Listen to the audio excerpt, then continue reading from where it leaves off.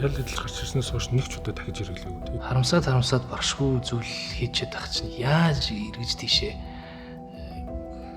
бүр ямар ч байж болохгүй зүйл. Нэг донтогч байсан уу зүгээр хэрэглэгч байсан уу гэдэг л асуулт байна л да. Донтогч байна уу биш байна уу гэдэг тийм тодорхой хэмжээний нэг анализ шинжилгээ өгөх юм байл шүү дээ. Тэрэн дээр бол донтогч биш гэж гарсан. Даа ялангуяа өсвөр насныхан бол эхлээд өв саггүй хэрэглэж байна.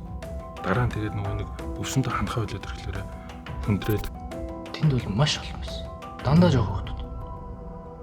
Дандаа жоох хүмүүс. Дээгүүр сууж байгаа том албан тушаалтнуудын тодорхой хэмжээний бизнес байдаг ч гэж байна.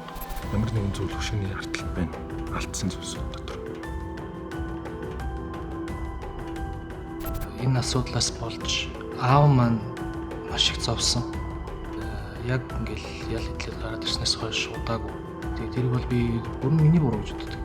Алдсан алдаагаа ухаарад эргүүлээд босч ирэх нь л маш чухал юм шүү.